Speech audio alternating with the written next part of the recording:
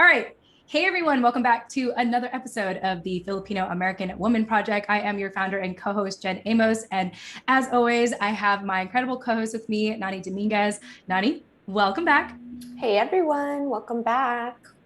Yes. And some quick announcements before we get started. Of course, if you want to support our show, you can actually support us at biasboba.com. And at the time of this recording, Nani, we released an exclusive episode on Chismis with Jen and Nani that people can only have access to at biasboba.com, an interview with your dad.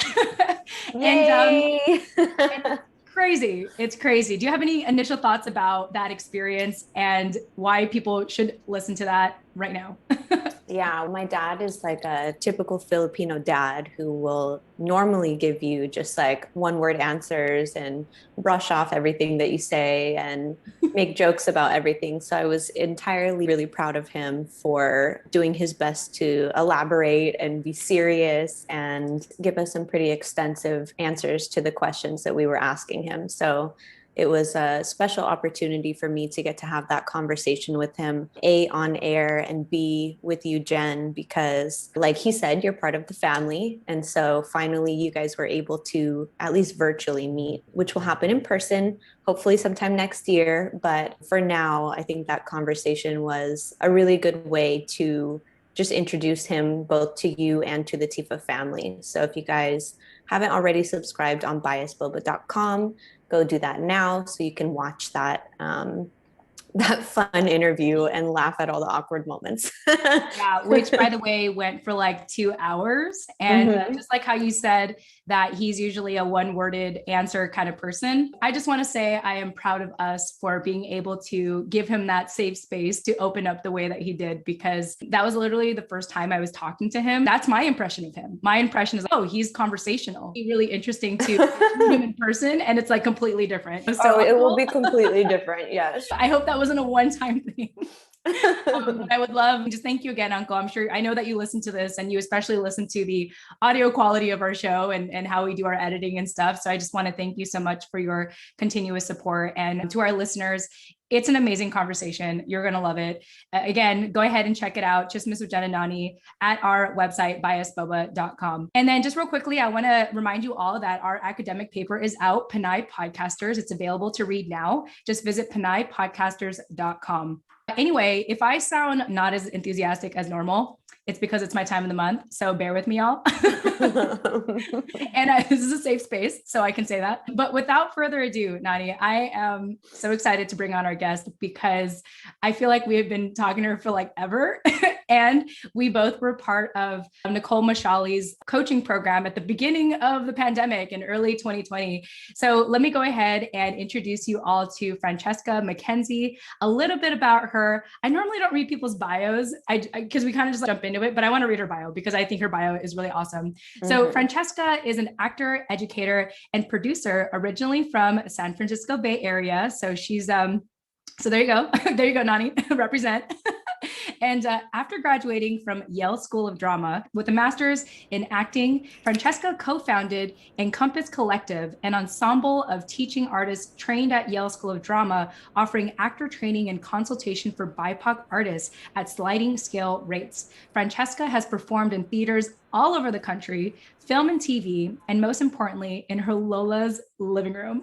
So without further ado, Francesca, welcome to the show. Hello, I'm happy to be here. Hello. Yeah, I'm just excited because I know that we've been communicating for some time. And I really, just real quickly, a quick shout out to Nicole. In case anyone is interested in knowing who I am talking about, Nicole Mashali, she is episode 70, and you can check that out at thetifaproject.com. She was with us September 25th of 2020. Wow, I just feel like that was forever ago. But Francesca, you and I were part of her coaching program at the beginning of 2020. Any initial thoughts from that time to where we're at now? So it's just crazy, like, that we were on Zooms before the pandemic. And I had already been a fan of the podcast at that time. But then having that cohort during the lockdown and the beginnings of the pandemic was really really nice, but I think back on it, it feels like 10 years ago, and it was just a very crazy time. But I was thankful that I was in that group. There were a few things that kind of kept me grounded and sane, and that was definitely one of them, you know? Yeah. Yeah, for sure. Like I'm actually 100 years ago. Yeah, it was interesting because at the end of 2019, I was telling my family that I was looking into some form of coaching, life coaching of sorts, or just any kind of coaching. I was like, I'm looking for something, and don't buy me a gift for my birthday. Just give me money so I can invest in something. But then my sister, Josephine, who has been on our show as well. So I just want to give a shout out to that episode. It's a holiday special that we did in December. So shout out to my family. So they were on the show December 4th, 2020, episode 82. We interviewed both my mom and my sister. Anyway, my sister decided to gift me with Nicole Mashali's program. And it was great. Like I was pleasantly surprised, mainly because I didn't realize how fruitful it was to be with other BIPOC women, like to be in that shared space and to be learning and growing together. And I know that's something that you very much focus on as well, Francesca, with the Encompass Collective, which I know we'll get into a little bit later. But yeah, same with you. I think that was definitely one of the things at the beginning of the year that kept me grounded. Definitely. And I met your sister because I was going to JL's events, which is also one of my favorite episodes that y'all have had, because JL is so incredible. And that's how I met your sister, which is funny because when I hear you talk, I feel like y'all sound the same. Like y'all, I'm like, oh, I was on the phone with her like literally last night. And right now she's in the process of uncovering stories about her dad through family. And I said, oh, it'd be so great to eventually do like a podcast episode where we talk about this. But she even made this comment of, well, I wonder if people would be able to tell us apart because we sound the same. And I was like, we'll find out. I'd like to believe I sound a little more animated. I don't know, but I guess we'll leave it to our listeners, like figure out like, oh, is that Jen or is that Josephine? But also shout out to JL Umi Pig. She's incredible. As I think we all know, she definitely had one of the most downloaded episodes on our show. So if you haven't heard her episode yet, check out episode 16 at tforproject.com. But yeah, I'm so glad like that you met my sister even for a day from what it sounds like. Because we used to go, like JL would host like decolonization school events in Brooklyn. So we would end up going to similar things. And I think Joe has been friends with JL for a while. I get the impression that they've known each other for a while. So I was just starting to get involved in that community before the pandemic and starting to get to know all these awesome Filipinas and like non-binary Filipinx folk. Yeah. And then of course, when the pandemic hit, all of that work became a lot around this organization that JL works with, the Center for Bible Studies, which was founded by a bunch of people, including Lenny Strobel. And that has been a really interesting, I don't know if either of you have gone to any of their events. I haven't gone in a while because I'm having so much Zoom fatigue, but they do really cool decolonization work that's based in Filipino indigenous practices, which is really cool. Yeah, that's incredible. I have to shamelessly say publicly that I haven't gone to any decolonization school yet. And yet just seeing how it's benefited my sister, like I was just so happy that when it's interesting because in us growing up, I never really noticed if she was like into our culture at all. Like in high school, at least up until college, it was only till college when I think she joined a Filipino organization, did a Filipino culture night, but most of her friends are pretty diverse. And so I always wondered, does she care about her culture? So then when she came out to New York and got involved with Ray's Panay and JL Umipig and all the incredible Panays there, I was like, oh, okay, so she's into it. But also I feel like she went through a more intensive experience than me just because of all the teachings that you all are doing out there in regards to decolonization. So it's just amazing to know that in New York, there was a space for that for all of you to be in community together and do that hard work, because it's a lot of hard work from what I gather. And I don't know, Nani, have you taken any decolonization classes yourself? Have you had any experience with that? No, I haven't, but I have some of the books by Dr. Lenny. I don't think I've actually finished any of them, but I've started. I start books and then I don't finish them, but I have definitely come to realize quickly her value to the community and all that she has to teach. So I would love to one day have access to her, whether that be like a podcast conversation or taking one of her classes or something like that. And talking to JL in episode 16 so early on in our podcasting journey was definitely transformative, and one of the episodes that we got the most feedback on after we released it. And I know that she's also pregnant now, expecting her first child soon. So shout out to JL and sending lots of love and blessings for her and her new baby. But once she gets settled into her like new mommy life, we would love to definitely reconnect with her at some point, especially for a Chismas with Jen and Nani, and just tap in with her. Yeah, that is, I think, the way that I receive my education, my cultural education these days is through our podcast and through our platform, just because my bandwidth, like you mentioned, the Zoom fatigue and just that routine that we've all developed during this pandemic is you got to make sure not to spread yourself too, but also be really intentional with your time and energy. So trying to find that balance still.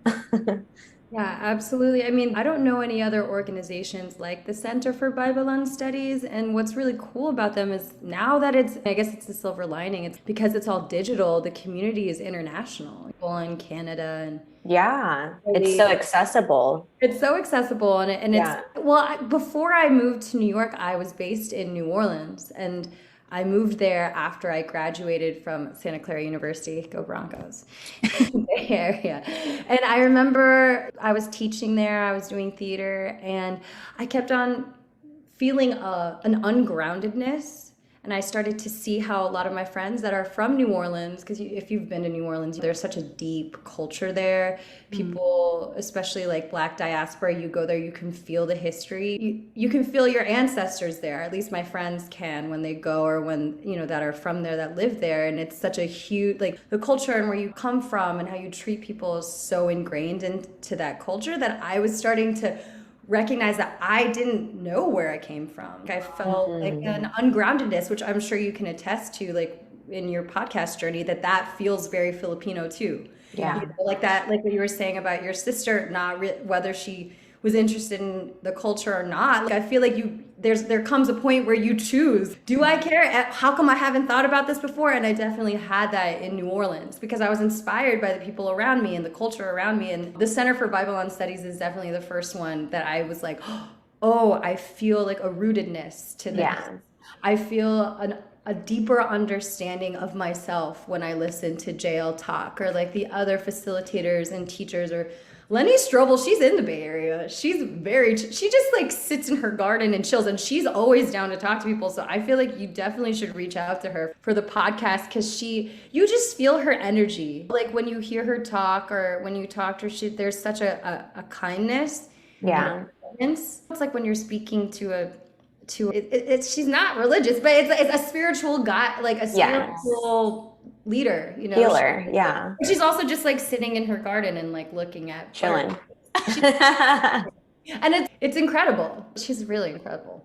Yeah, no, she's goals for sure. And you can catch that vibe through her writing too, even just reading her books. So I think that the things that she's published, or the classes that she's hosting now, or the openness that she has to the community, it just helps us. We all realize that kind of disconnect that we have from our culture, from our roots at different points in our life. Like Jen, for you, it was earlier. And then for your sister, it was at a different point in her time. And it's all triggered by different types of events. So I think that having access to people like that is really important. And whether you're doing it in a more formal way, like through a class or through a center, or just listening to a podcast, it's just like, take advantage of it. Well, I know you, because Nani, when I was in the Bay Area, I know that you were part of Gabriella, and Gabriella does those PSR trainings, which I feel like I've done 3 of them, like 3 or 4. Yeah, I definitely did it, I think 3 times. Yeah. And then I was going to actually start hosting part of it. Did I host one time?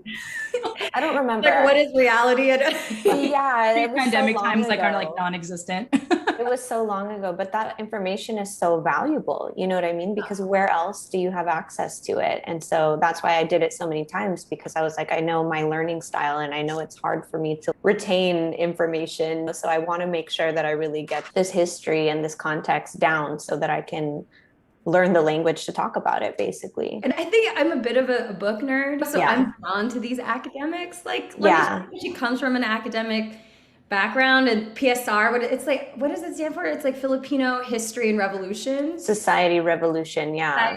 Society Revolution. And I haven't read the book. I have just done the trainings with Gabriella or with other organizations.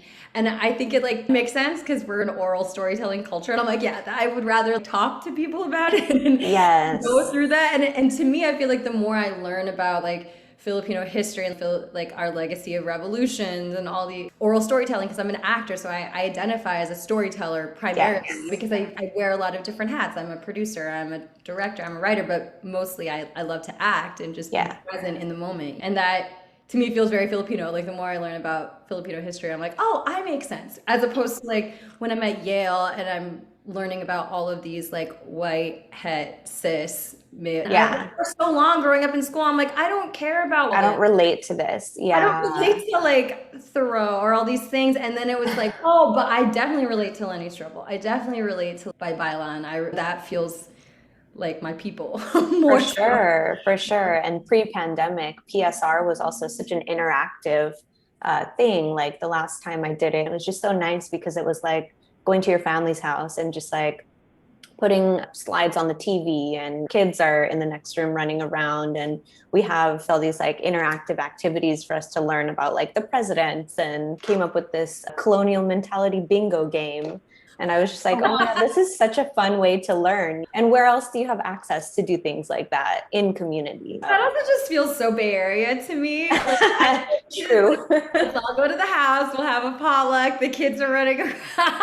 Exactly. About colonial mindset. Stop for merienda in the middle, like then have lunch together after and just hang out for another like hour or two. So I just love the casual feel of it as well. It's not formal in terms of, oh, there's going to be a test and here are the main points, like flashcards to memorize, because I'm just not a person that's ever been into that kind of learning. No, not at all. And also it's pretty heavy stuff. Like it's very heavy. It can be a lot to digest and it's depressing, especially with JL, with decolonization school. It's a lot to unpack if you go through like for sure migration patterns, the Filipinos, or like right now I'm reading The Empire of Care. It's like hella depressing. Like a lot of things can be hella depressing. So if you can do it in a way that's joyful, I feel like that's, especially in these times when I'm like, I've been reading all these books about like ancestral trauma. Like this book is blowing my mind. I don't know if you've read this by Resma, oh my God, Mencken. It's called My Grandmother's Hands. And he talks about police brutality and racism in the United States and how it goes all the way back to like generational trauma, which is, that's part of decolonization process. Like it can be very heavy stuff, but if you can bring lightness to it, if you can bring joy, I feel like recently I was talking with my friend Carolina Doe, who's like Vietnamese American. She's an actor here too, and she has a group called the Song Collective, and they're a theater company basically. She was like, if we inherit our ancestral trauma, we have to also inherit our ancestral resistance or our ancestral joy, our ancestral resilience. And that's not all there is, for sure. It has to be all of it. It can't just be the shitty stuff, you know? No, I love that out. I think that's so important because I think we all hyper focus on like the generational trauma aspect of our experience. And that's not all we got. That's not all that was passed down to us. We also got these tools to help combat that or to help evolve those narratives. And so we have to maybe focus more on connecting through those instead. But obviously all of it is important to learn about. Today's Juneteenth, right? Also, but like today is like the federal holiday and like makes which is new about it, right? Like, it's weird that we're like, what about reparations? Or so now everyone gets a day off of work today, but also Juneteenth is so much more. It's also like about resistance and all these. It can't stop there. Yeah, it's it's an interesting time. Yeah. No, it's not because I'm like physically deteriorating right now, which is why I'm not talking. That's not the reason why. It's part of it, but it's not. But I just love listening to you both and talking about this exchange of what's available today for all of us to learn and to do the whole decolonization for ourselves and all the resources, books, people that are alive today that we can talk to and seek guidance and advice and inspiration for these types of things. And so it's just reassuring to know that there's just so much of that today. And in that, Nani and I have an opportunity to contribute to as well in regards to bringing light to all of this. Because everything that you've been sharing, Francesca, like that's the first time I've heard about about a lot of those things, to be quite honest. I also like knowing that being Filipino, I have the rest of my life to figure this out. I have the rest of my life to study these things. Nani and I were talking about this in a previous episode. If anyone feels overwhelmed by our conversation right now, I want you to know you don't have to know it all to be Filipino. You have the rest of your life to read all these things, to figure this out. And so it's just nice to know that there's a plethora of these. Am I saying that right? Yeah, there's a plethora of all of these resources and knowledge and people out there.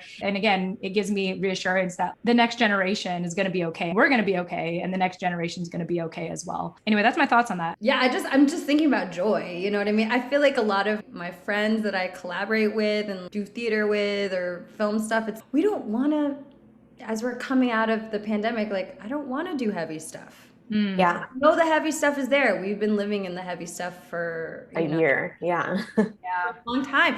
And I feel like, at least the art that I'm interested in making now in these times is centered in joy and centered in our joy, centered in the Asian diaspora's joy, Asian women's joy, Black folks' joy, all of us, like any global majority person's joy is what I want to see, like on screen and on stage, because that also feels like a remedy. Yeah. I think that will be like the title of this episode, Centering Joy. I love that. It's so important. And I think that in terms of the work that we've all been doing, or the introspection that we were all pushed into over the course of the last year, because the pandemic is like really thinking about our identity and how we identify or connect with our heritage, specifically for like Black and Asian folks. And that is ever evolving. Identity is always changing because we as humans are always changing. So I think that there's never, like Jen said, it's lifelong work. That's the work. And there's never a right or wrong answer. It's how you're intellectualizing your experience at that moment in time. Mm-hmm. Word. I'm like trying to conserve energy here. Word. I love it. And actually, Francesca, I appreciate that you say that, because one thing that I've been wanting to just be more into lately is humor and comedy. And I was just thinking, like, the last therapy session I had, it was like so intensive. For this entire pandemic, I had met my, therapist, like virtually, obviously, like probably many of us has, if you had therapy during this time. And we met in person for the first time to do really intensive therapy. And normally I meet with her for an hour, but it went for 2 hours because of just what we had to do. And literally after that, there's a part of me, and this is like a couple of days ago already, but there's a part of me that's like, I was like, I have just been working really hard on myself for the last year. Like, I've had couples counseling, I've had my own therapist, I've been doing all this podcasting thing. I've been doing a lot of inner work. I've been reading a lot of things.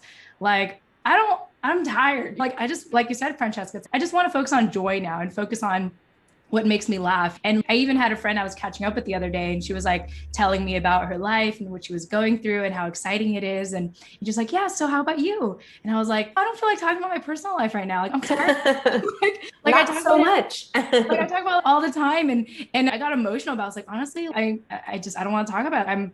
I've talked it out. I'm good. I just want to live my life now. And so I just appreciate this whole conversation so far being focused on joy and enjoying what we're learning. And even with all the hard things that we have to unpack, even in our own heritage, but the good things that come with it too, as you said, Francesca, and all the benefits that came from even that trauma, the flip side of it, and our resiliency. So I feel good. I feel good about this conversation, and I just appreciate us opening up in this way 30 minutes in. But yeah, it was a great way to start a conversation. I'm just thinking about how heavy that question is nowadays of how are you?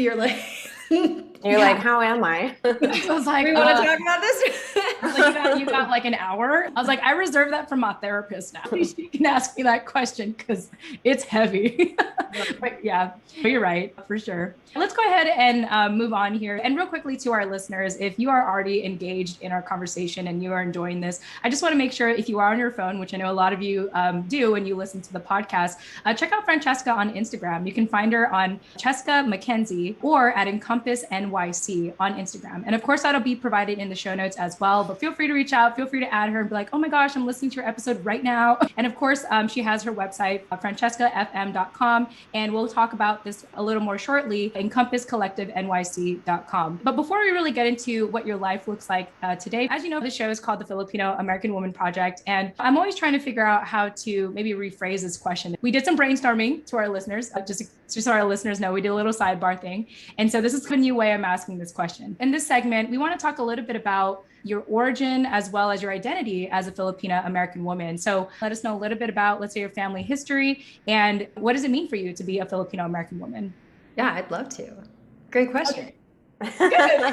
Well, thank you for helping me. I'm from the San Francisco Bay Area. I proudly represent the Bay. Yes. And so Ohlone territory. And my parents immigrated in 1987, like around when Marcos was overthrown, and that was partially why they moved. Wow. And it's actually, you know how like with Filipinos, you learn things later? Oh, yeah. I recently learned that my mom had no intention to live in the United States. And let me back up. So in terms of origins, my family, they come from Batangas, Pangasinan, Pampanga, and Bulacan. Oh, wow. That's like both sides of the family. But my mom and my dad were both raised in Manila, and they met in Manila and they married in Manila. And then during the dictatorship, my father was like, he actually sent my mom to have me. So I was like an anchor baby. And that was partially because of the political turmoil, even though my father had ties. His family were the accountants of the Marcos dictatorship, which is Wow. crazy. He was like the poorer relation, like he wasn't at the center of it, but his Right. would do these things. And sometimes his stories are so weird. Like I have to correct him and be like, not the Marcos administration, you mean the Marcos dictatorship. It's a very language is important, Dad. Language is important. And so he actually sent my mom over here to have me so that I would have dual citizenship and then to come back to Manila. So he gave her like a small amount of money. She had 2 briefcases and my older sister, and they were just planning on coming back. But what happened was that my dad showed up like maybe when I was like 3 months old, and he was like, we're not going back to the Philippines. So my mom truly, and I realized this, I learned this like maybe a couple of years ago, that she left everything, her whole home, all of her childhood memories, everything, thinking she was going to be back in less than a year. And now she's been living in the United States ever since. It's longer. And she'll say like, I never felt like I fit in the Philippines, and this feels more like my home, but she's definitely Filipino. Yeah. 100%. But it's crazy to hear her stories as they slowly come out. And she's one of 7 sisters. They grew up pretty poor. My grandmother like grew up adopted child. Like her parents had passed away. Her mom had passed away and her dad remarried. And so she was kind of, like not treated very kindly by the second mother. And my grandfather on my mom's side, I only know my mom's side more so than my dad's side, but my grandfather was like a second family. Like his mom was like a second wife, and they had a separate house on the property and all these things. So these are all things that I like recently learned, and I'm like, oh, that's interesting. Yeah. Things that you've never told me before, but they kind of, they like. How does that sit with you? I know that you're like hearing it for the first time, but like, how have you been able to process it? What has it meant to you to know this information? Well, I'm proud to say that I'm first generation, and I don't even know if that like term is outdated, but I still identify that way as like first generation, and that I was the first one born in the US on both sides of my family. And I think it's interesting. I'm actually writing a play. That was my pandemic play. Oh, there you go. I have not finished the end, but a lot of it is because these stories from my family keep on coming up, and I'm drawn to the fact that my dad had these ties to the Marcos regime, and I'm fascinated by my mother being in a super matriarchal family. I feel like I was raised not by my mother, but by 7 women, and my grandmother, who was like the sun that everyone orbited around, and she lived in the outer sunset, like in San Francisco, and we would stay with her every weekend and all these things. My mom was a single mom for 4 or 5 years, so like we were raised in community, And that feels very Filipino. I'm very proud of that. But I also recognize like things as I'm now as an adult, like unpacking, like, why do I hate men so much? Or like, why don't I trust men so much? I was raised by a bunch of Amazons. Now it makes sense. Yes. I was like raised by a bunch of Amazons, and learning now more to be less like that, to have that. I feel like that's been a big part of the past couple of years for me. I don't need to hold on to like the ancestral rage or any of those things, or the things that I have for myself. Sometimes I feel like I make excuses like, oh, it's the ancestors, but it's my own rage around misogyny and just being like, how do I meet people as people for my own self, for my own health, for my desire for joy and empathy, which is a big part of my job. Like, I feel like that's the biggest part of being an actor or an artist is having radical empathy, which is in itself like a big personal journey for me, I think. In terms of like, how do you center joy? Like, you have to humanize people. Like, you have to want to understand people and where they're coming from with loving kindness. Yeah, for sure. I feel good. I've gone through the gambit of all kinds of things, but now it's just, I got to get this play finished. Like, how am I gonna... But it's like very, it's inspired by my family, which is exciting. And that's another thing too, like Jen, when you were talking about therapy and how I love therapy so much, but there was something in like The Artist's Way, and I was reading it. And side note, my therapist that I had during the pandemic tried to convert me to Catholicism, and that's why I stopped going there. Well, interesting. She's like a Vietnamese woman. She was lovely. She helped me so much with like my anger and like family stuff. But then she started to try to be like, you should be Christian. I was like, I gotta go. That's interesting. I feel like that's crossing some kind of line. Is that allowed? Are you allowed to do that as a licensed therapist? No. But I feel like during the pandemic, people were acting all kinds of crazy. And I was like, yeah, that's true. It's crazy. But with her, I was reading like The Artist's Way, like it's a trilogy. So the second one of The Artist's Way. And they were like, therapy is what you do to understand your life. Like, therapy helps you contextualize, to understand, to make meaning. But when you make art, it's your world building. You're creating your life. You're like processing the things you understand about your life and turning it into something of its own, or beautiful or healing or cathartic or whatever. Yeah. So that's where I'm at. Yeah, I like that, because I think for me, I feel like I'm going back and forth even with my current therapist. I'm like, should I keep seeing her, or should I just live my life? And I think I've been thinking about this for a while now. It's like new information to Nani. I'm like, I've been thinking about breaking up with my therapist, but I think part of it's because I just want to create now. I feel like I've unpacked enough, and it's hard for me to update my friends on my life, because sometimes I'll be like, why don't you do this instead? And I was like, the thing is, I'm very self-aware of my circumstances. And part of why it's hard for me to catch up with friends nowadays is because I don't want them to help me fix my problems. I'm aware of what my problems are, but now I want to, with that knowledge, to actually do stuff, to put stuff out there. At the time of this recording, at the beginning of this week, I finished a website that I was working on for 2 weeks obsessively, and I finally got it done. And it felt good. It was therapeutic. It was therapeutic to create something, put something together. And even doing something such as podcasting to talk about these things out loud. I think I'm in a place now. You're helping me see I'm in a place right now. It's like, maybe I do need to let her go, because I unpacked it all. I feel like I know where I'm at, and I just want to go out there and I want to give to the world, and I want to, add that value by giving back, in a sense. So I like how you said that, because it got me to think about my own circumstances. Yeah, I like how you answered the question about your identity and how you interpret your identity as a Filipina, in the sense of this transformative process and the purpose of therapy being the self-awareness piece or the learning aspect of it. But it's like, therapy is not the end all be all. It's what you do with the information that you learn there, which is the transformative part, and how your identity really develops if that's the work that you're doing. So I love that you answered that question that way. I thought that was really, really insightful. Yeah. I recommend The Artist's Way, because you're both creators, and you're always, like, humans are always creating, but definitely watching y'all's work, you're creators as well. So it's like, how do we apply all the learnings that we have from therapy or workshops or whatever? Exactly. And art comes in so many forms. It can be the oral history, it can be actual acting, it can be film production, it can be writing, etc. You're more of an artist than you probably think you are, even if you're not in the profession. Yes. Anyone out there? Yes. You're an artist. You're an artist in your own regard. I love to say that to Filipinos, especially Pinays, because it's like, it took me a long time to accept that I was an actor, or that I was an artist, because I didn't see it in the media. I wasn't getting that support from my family initially. Yeah. And so it takes a long time, but you are. It's in our blood. Like, we like to say we invented karaoke, and that is art. We are all artists. Yeah, absolutely.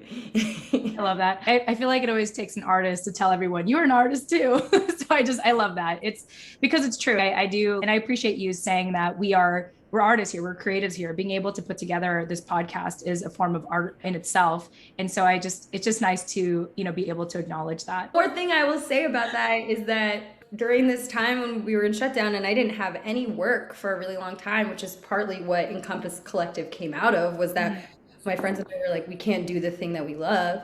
But it was like, we have seen in this time how essential art really is. That's what got me through the pandemic, was listening to podcasts, was binge watching a lot of K-dramas or, or whatever, it's like how essential it is for humans to create things and to share them with other humans. And so I'm curious about what kind of art comes out. Like, I have trepidations about Broadway and theater reopening in New York, and there's already so much like inequity, of course, and like gatekeeping there that in our community is very, very just super, I don't know, there's just a lot. It's really fucked up. I just feel like the theater, there's a lot of things about the New York theater community that are coming out, as I'm sure many sectors, of just, this is where the inequities are. This is what is systemically not wrong, and patriarchal and elitist and all these things. And I like to hope, because I'm an optimist, that means that it'll cause a revolution or it'll change the way we do things. But I guess we'll see. There's this group called APAC, the Asian American Performers Action Coalition, and they're New York based, and they do a report in terms of representation on all like New York stages every year. And their report for before the pandemic, like 2018, 2019 season, dropped today. How many directors, producers, actors that are Asian actually get to work in a season? And I don't know. These times have made us more resilient, I think. I'll be curious what kind of art comes out of it. And it's a 2-part process. The first part is gathering this information and sharing it and doing the learning. And the next part is like revolutionizing it. What are we doing with this information now? How are we using it for change? It's Age of Aquarius. I'm one of this. I totally, like with zodiacs, I'm like, it's Age of Aquarius. Everything's gonna be uprooted. Yes. Uprooting. Yes. I appreciate you bringing light to that with Broadway, because even for myself, when I think about my perception of what it means to be a professional artist, a professional actor, you do think of, for me, I thought, well, if you're not on Broadway or you're not in Hollywood, you're just not. And with what you're doing with Encompass Collective, I like that you are bringing more light and exposure to BIPOC artists to be able to be in these kind of spaces. And if not these particular exact spaces with Broadway and let's say Hollywood, but in other spaces as well, like knowing that those aren't the only 2 stages out there to be successful. And I figured we can go ahead and transition into your life today, Francesca. If you guys aren't following Encompass Collective on Instagram, check it out, Encompass NYC. One thing I like about your headline there in your Instagram account, Francesca, is you say, dismantling white supremacy, one scene at a time. So tell us a little bit about what you do and unpack that for us. I really like that line, dismantling white supremacy, one scene at a time. No, isn't it catchy? I did not write that. That was whoever did. It's catchy. Kudos. Janelle Chu for the win.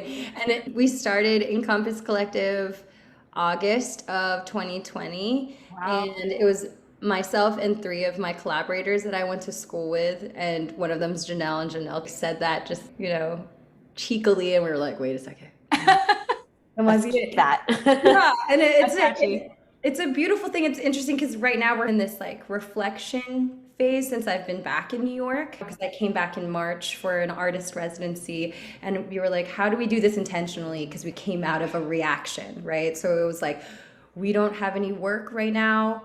We want to do the things that we love, but we want to do it in a way that's aligned with our values, especially coming out of the summer that we had with the uprisings and everything. That's like, how do we make sure that we have a daily anti-racist practice? And how are we doing these things as artists that are aligned with our values and our vision for like our work and our industry and like future generations? And that was why we decided that we wanted to create actor training that was just in affinity space. And at the time we were like, BIMPOC, so like Black, Indigenous, mixed race, people of color. And now we're moving more towards the term global majority, which is like I don't know. BIMPOC just sounds, I'm not with it. I can't even, clearly I've already pronounced it wrong too, but I thought it was BIPOC. No, it is BIPOC. It is? Okay. And to be quite honest, like the term is fairly new to me. I'm shamefully saying this as hosting a BIPOC show essentially, but it's interesting. But anyway, I'm listening. Like I want to hear more what you have to say about it. I offer this term global majority to you because it sits better on my tongue, and I feel like that makes more sense to me for my identity. And so we were just saying we wanted to create a space for global majority artists where they weren't the minority, or they weren't entering into a predominantly white institution or predominantly white space, which is what it feels like a lot of times in this industry. I'm sure in our industry, but in many industries. And that's something with affinity space, like studies have been done in terms of like self-esteem and skill building, that like if you do feel safe and comfortable, that you can excel, that you'll succeed more. And that if you're in it, sometimes affinity space can be really important, like Gabriella, right? So that we can increase our skill set, that we can build our confidence. That way, when we go into predominantly white spaces, we can be our authentic self. That's something like with actors you got your white voice, right? If you go into the audition, you use your white voice, or all these things. And it's just funny because a lot of my friends that I went to school with, we talk about it in these ways, but I think the most extraordinary thing I got out of Yale, because it wasn't always like a happy time, but what I did get out of it was how to really maintain and stand strongly in who I am, regardless of what was going on around me, and how I am like a first generation Filipina. And my last name's Mackenzie, and that's because when my mom remarried, she married an American guy, a white guy from Glendale. And that is a huge part of who I am as well. Like he really helped shape who I am. And of course, the spoons were taken away after my mom married, and we weren't using our hands, we're using forks. Yeah. And he also, and I think there was a long time where I had, tension with my dad while I was going through this sort of understanding around race and racism. But now we're in a beautiful place because there's things that he has offered me around emotional intelligence that my mother she's not down with that. So there's all these things now with my parents that I'm like so thankful that like I am Francesca Fernandez McKenzie, and I've gone through different things of just wanting to be Fernandez or just wanting to be Mackenzie, and now I'm all three. But that's okay. That's true Filipino tradition to have a long ass name. But like bringing out all those complications and bringing them into my work instead of feeling like, oh, I have to act like more white, or I have to act or cut out this part of me while I'm in this space. Yeah. How in a global majority space, I often feel like I can be myself without any fear. And so we were like, we want to create this space so that our students won't be traumatized like the way we were in grad school in those spaces, but that they can go out and feel like strong about who they are and also feel like they're good actors. Yeah.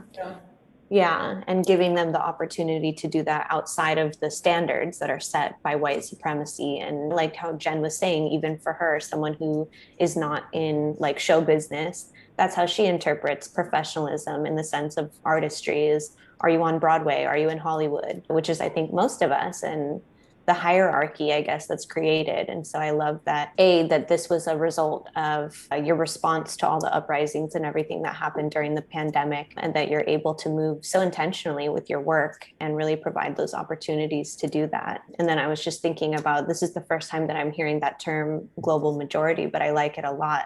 I was listening to a podcast the other day that was unpacking the whole BIPOC thing and whether or not that's harmful or fair, like a fair term to use in the sense of not like equating all of our experiences as non-white people. And so that's the term that they were going with, was just say non-white instead of BIPOC. And I'm like, okay, this conversation is ever changing as well. So it's hard to keep up sometimes, but I do appreciate that context that you gave as global majority.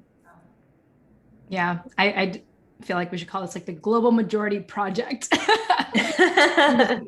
No, we're keeping the name. When you were talking about your name, Francesca, like Francesca Fernandez McKenzie, it got me to think about why Nani knows this. I've always been back and forth on maybe possibly renaming our show, maybe to sound a little more palatable for audiences that aren't in our space or don't identify as Filipino American women, but also just so it doesn't feel like it's a mouthful to say. But in reality, I have chose to own it because that's really all we are. We are Filipino American and we're women, at least those who identify as women. And I want to be proud about that. I want us to be allowed allowed to take space in that sense, because we are all of that. Even for myself, like right now, being in this like white dominated community, there is a part of me where it's like, oh, how do I code switch? Do I have to sound more American here? I mean, not that I can't, I'm very Americanized, but just knowing, are there certain things I should say around certain people because of the color of my skin or what have you? And it's always like that balance of like what you said, should I use my white voice today? It's an interesting thing to juggle. At the same time, it is all that we are. And I just love that you are doing Encompass Collective to teach actors and artists to embrace all that they are, even with those different dimensions of juggling with different cultures. I feel like it's an ongoing journey, right? Like it's probably something that we're always going to have to, deal with. But I think just being grounded and feeling safe and confident in your identity, I think is the start of being able to thrive. As you mentioned, like people do a lot better, they function a lot better, they produce better things when they feel like they're in a safe, supported environment. And I like the work that you're doing with Encompass Collective. So kudos to you and your team for doing it.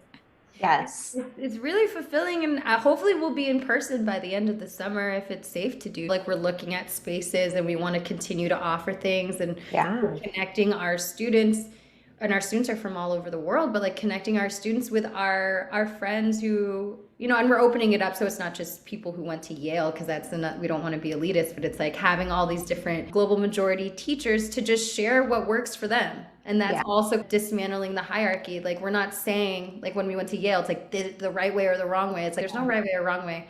This is just how we do it. Exactly. Like you can take it or leave it. You can hate Shakespeare if you want to. I don't care. It's like take it and make it your own. Exactly. Yeah.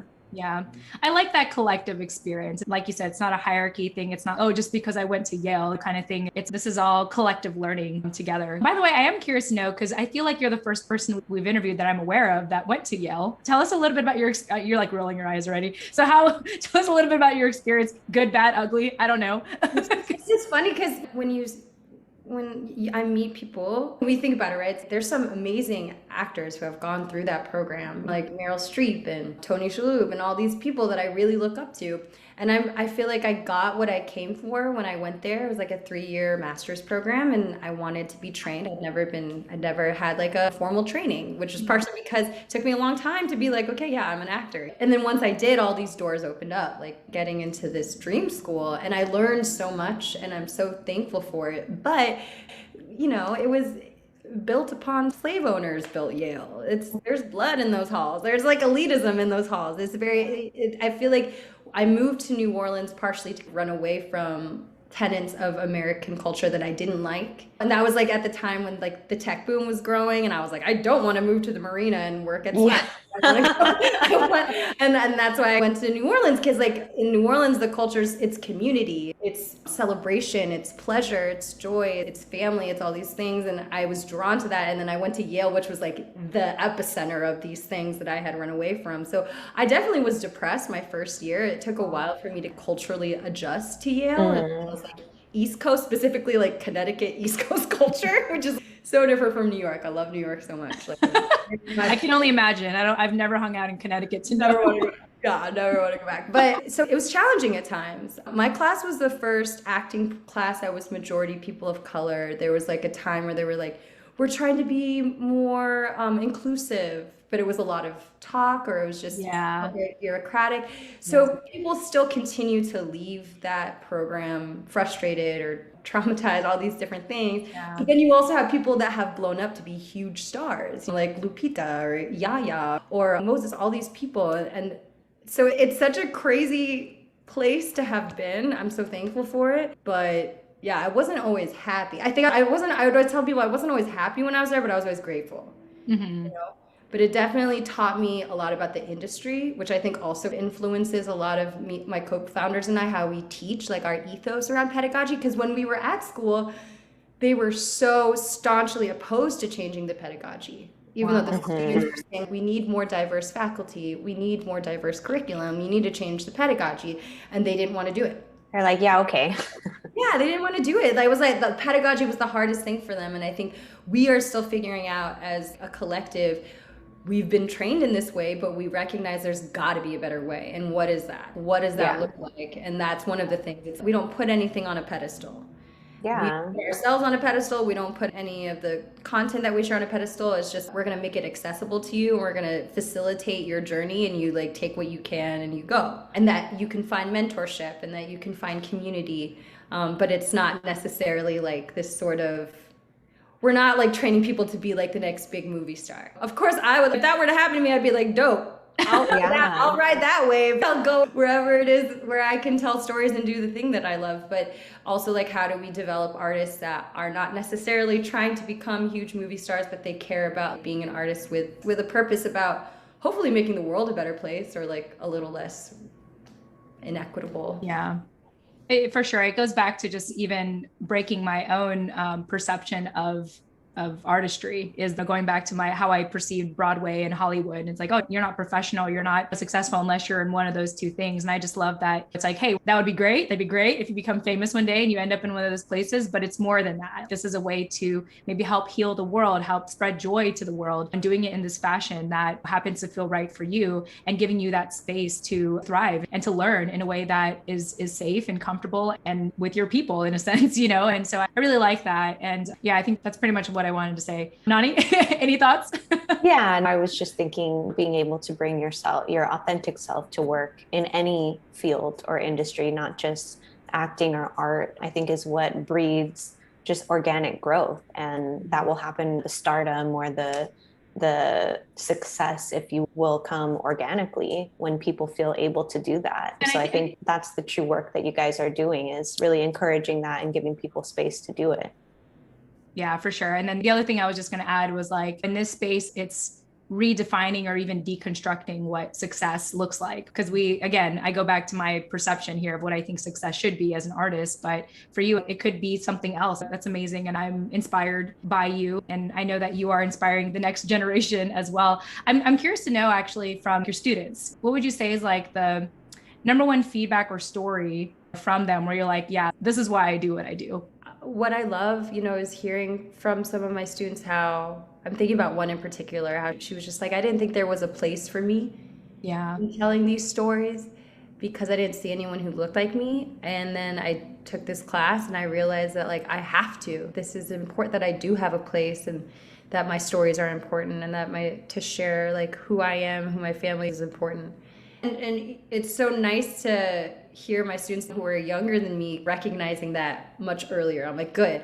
Yeah. It took me a long time, and it was partially because I didn't have a mentor. I didn't see other people who looked like me. I was constantly in spaces where I was the only person of color or the only Asian person. So that was just and now I think I've been very intentional about creating a community that is majority, like, people of color and queer, and it makes me feel seen. And those are the people I want to work with, and so many of my collaborators are Pinay's. Like, I know I recommended a bunch of my friends, and they make me, that to me is success, I think. Yeah. Yes. Like, that is what I'm realizing, because I feel like there was such a hole for so long. Like, even though I loved theater and I loved acting, I always felt this, like, disconnect, it just didn't quite fit. And now it's like I'm in this community of, like, really badass Asian American artists, and specifically Southeast Asian, because we know being Southeast Asian and being, like, brown Asian is different. And that's something that I feel like these conversations are being had more within our Asian diaspora this year because of the increased hate crimes. And it is sad, but that's the silver lining for me. Like, I'm thankful to be able to say, yeah, in these spaces, can I talk about how my experience is different? Can we talk about colorism? Can we talk about skin privilege? Because that is, in our own diaspora, something problematic. Yeah. Because we have such a, so that's even, I'm so excited to be at an awesome Asian American, know so many amazing Asian American theater makers and artists here, but the ones I'm most excited about are Southeast Asian or Filipino, because I see there's things that they're doing right now in their work that I'm like, yes, let's complicate it. Like, we're not a monolith. Like, we're not. I like that. Let's complicate it. Let's complicate it more. And that's something JL says a lot too, right? She's always, if you think it's complicated, it is. Just go deep and deep. And I think that is true. We're not just this one thing. Try to simplify everything. Yeah. Trying to culturally appropriate everything. Yeah. And thank God, I think that's the silver lining of all these terrible things that are happening to our elders and in our community. It's, maybe we'll stop being so quiet. let's all be a little bit more angry and a little bit more loud. And For sure. And maybe that's the way that we redefine success in these industries. Instead of making a name for ourselves, it's like the name that we're making for our community and how we're rewriting our cultural narratives. Yeah. And it also feels like being in solidarity. Sure. If we could be model minorities and be quiet and do all these things, or we could actually say, yes, I experience racism and I see the racism that happens in other communities too. Yeah. And I feel like sometimes artists, I talk about it so much, but I think it's a big part of my artistry because I don't know, it's just shaped a lot of who I am, and I think about it all the time, and it's a big part of my work. It's like making work with other Filipinos, or like doing work that is talking about our experiences or what's okay or not okay. Yeah, all that being said, with every episode that we do on the show, it just reminds me of how much I enjoy being part of the collective. And I just think it's nice to stand out, but I also don't want to stand out. Like, I like being able, for example, I was doing this speaking engagement recently that I was telling Nani for our show. And I was telling her afterward, I was telling her before, during, and afterward. I was like, Nani, I wish I did this with you. Like, we come together as a package, and they made me do it without you. And I didn't feel like myself. Like, I couldn't feel like I could fully represent the show without Nani. And I like that. I like knowing that, hey, of course I need help. I have a co-host. I may be the founder, but like, the show wouldn't be possible if I didn't have Nani help me and do this with me. And I just like that we're in this space now. It feels like we're in this space where it is about celebrating that collectivism, that togetherness, that like complementing each other. Let's do this together kind of thing, and not put things on a pedestal, like you said, or make things inaccessible, to be able to just share. And I'm here for it. Well, as we come to a close here, Francesca, we always like to share with our listeners a life lesson that they can contemplate about for the weekend and the following week before the next episode. And so I'm going to read yours here a little briefly, and I'd love for you to elaborate on it. So for you, you are learning a lot about letting go of control, allowing yourself to flow with life, and being patient with what you are growing in life and your career. Tell us a little bit more about that, and maybe an aspect of your life, like a story where you realized that you needed to do this for yourself. Okay, well, I feel like I've been an actor and just living off of most of my acting jobs or teaching jobs since I was 19. So like, the pandemic was really hard because all of that dried up. But then it made me, the silver lining was like, I had to sit in a room by myself and be like, do I like this person that I'm sitting alone in a room with? And the things I don't like, why? What are like thinking about success and all these things. So I feel like this past year has been a very reflective time for me. And then I lived with my family for 6 months. I lived with my mom, and I haven't lived with my mom since I was 18. So that was a challenging thing. As probably your sister Jo can attest to. It was challenging. Like, I had to really face a lot of things that I have been running away from, or the sort of subconscious anger towards my parents that just really, I didn't need to be in that sort of victim pattern, like victim narrative. Mentality, yeah. I was like, actually, this is my stuff. This isn't their stuff. And how do I forgive faster? How do I learn to be more patient? And like, really try hard to just be intentional about that. And it feels like it makes sense that I was home and doing that. And also, like, I left the Bay Area because I was in a very bad place emotionally. I'd had 2 friends that had passed away that were my age. I was very angry. I ran away from the Bay. And now as I'm older and coming back, it feels so healing to be there, because I feel like I make so much sense in the Bay Area. Like, I just love being there, and I love being with my family.